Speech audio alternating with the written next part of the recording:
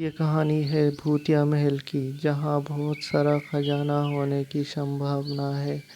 गांव में बसे दो दोस्त, एक का नाम राकेश, एक का नाम सुरेश।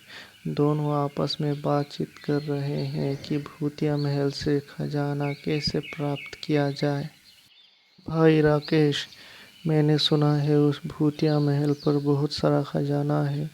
जो भी वो प्राप्त कर लेगा उसको माला माल हो जाएगा।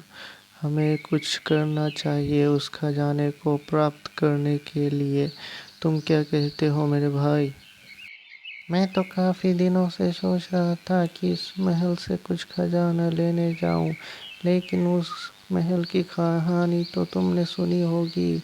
वहाँ बहुत खतरा है, वहाँ कैसे जाएं हम? वहाँ जाने से वापस नहीं आ पाएंगे हम।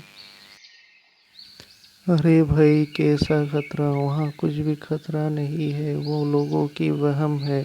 जो लोग हमें डराते हैं, वैसा कुछ नहीं होता। भूत वूत कुछ नहीं होता। भाई तुम क्यों डर रहे हो? मैं साथ चलूंगा ना तुम्हारे। अगर ऐसी बात है तो आज शाम रात को चलते हैं, क्या कहते हो तुम? फिर शाम को मिलते हैं। दोनों दोस्त आज भूतिया महल पर जाने के लिए सहमत होते हैं।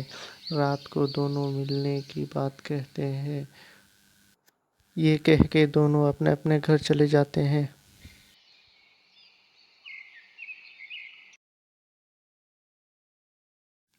रात को दो दोस्त आकर के स्कूल के बगल में एक पेड़ था। उस पेड़ के सामने दोनों आपस में मिलकर बातचीत करते हैं कि आगे क्या करना है। और फिर दोनों आगे की प्लानिंग करने के बाद उस घर महल की तरफ दोनों चलने की तैयारी करते हैं। अरे राकेश भाई, डरने की कोई बात नहीं। हम सीधा जा कर के खजाना वहाँ में जो मिलता है वो हम ले लेंगे। ले कर के चुपचाप सीधे घर के लिए लौट आएंगे। वो तो ठीक है, लेकिन अगर हमें भूत दिख गया तो हम क्या करेंगे? हमारे पास तो कुछ उपाय नहीं है।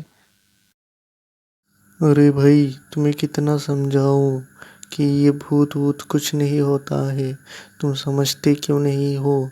तुम इतना डर रही क्यों हो? मैं तुम्हारे साथ हूं ना। सुरेश राकेश को डरा हुआ देखकर उसे समझाता है और महल की ओर प्रस्थान करता है। दोनों आपस में बातचीत करके महल की ओर बढ़ जाते हैं। सुरेश भाई, यहाँ इतना धुआं क्यों है? कोहरा नहीं है फिर भी इतना धुआं क्यों है? कुछ समझ में नहीं आ रहा है मुझे। अरे भाई, ये कुछ नहीं है, तुम क्यों डर रहे हो? चलो दरवाजे के ओर चलो। सुरेश भाई, वो छत पर क्या है? वो क्या हिल रहा है? देखो तो जरा। अरे भाई, ये क्या है? देखने के लिए तो बहुत ही डरावनी है, मुझे तो देखा नहीं जा रहा है। मैंने तुमसे कहा था ना यहाँ पर चुड़ैल है। तुमने मेरी बात को नहीं माना। देखो अब ये क्या है? अब कौन बचाएगा हमें? भागो यहाँ से।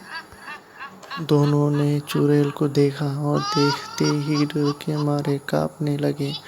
कांपते कांपते हुए भागने लगे।